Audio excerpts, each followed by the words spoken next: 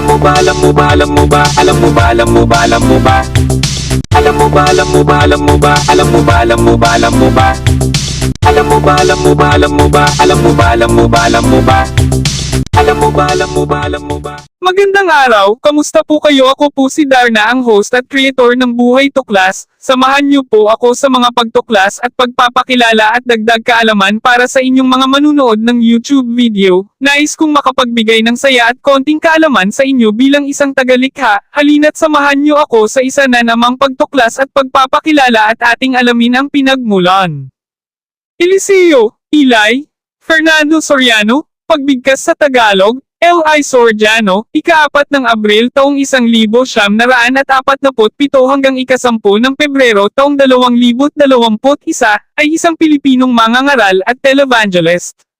Siya ang overall servant, Tagalog, lingkod pangkalahatan, dating tinatawag na presiding minister ng Members Church of God International, MCGI, isang pandaigdigang Kristiyanong relihiyosong organisasyon na may punong tanggapan sa Apalit, Pampanga, Pilipinas.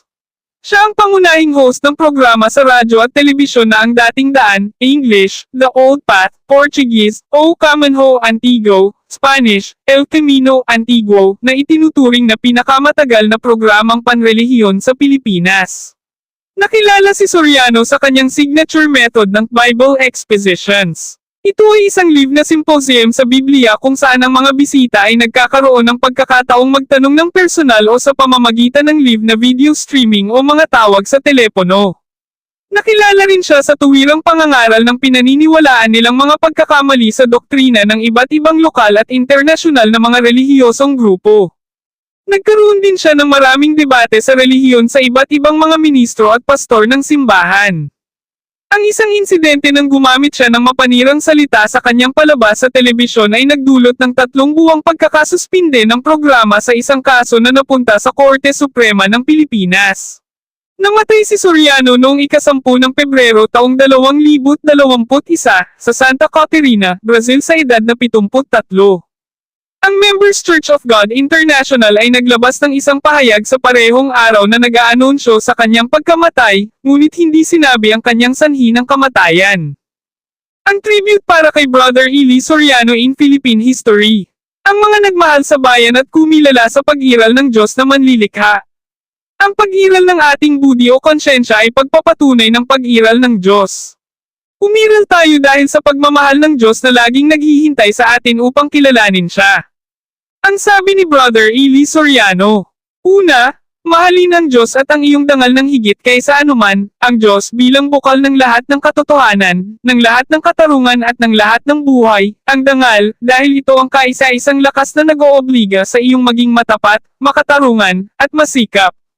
Ikalawa, sambahin mo ang Diyos sa paraang inaakalang pinakawasto at pinakanararapat ng iyong budi, dahil ang badhay mo ang umuukil-kil sa iyo para sa iyong mga masamang gawain at pumupuri sa iyo para sa iyong mga mabuting gawain.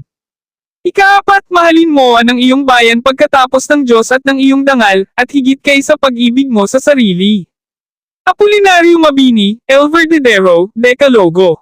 Di kailangan, kapatid ko, ang magbukas ka't pumasa ng filosofiya, o ng teologiya at iba pang karunungan, upang maranasan mo ang kadakilaan ng Diyos. Attorney Marcelo Claridel, H. Del Pilar, Kadakilaan ng Diyos, 1888. Una, ibigin mo ang Diyos ng buong puso. Pangalawa, pakatandaang lagi na ang tunay na paibig sa Diyos ay siya ring paibig sa tinubuan, at iyan din ang paibig sa kapwa. Andres Bonifacio, at ang kanyang 10 utos sa katipunan.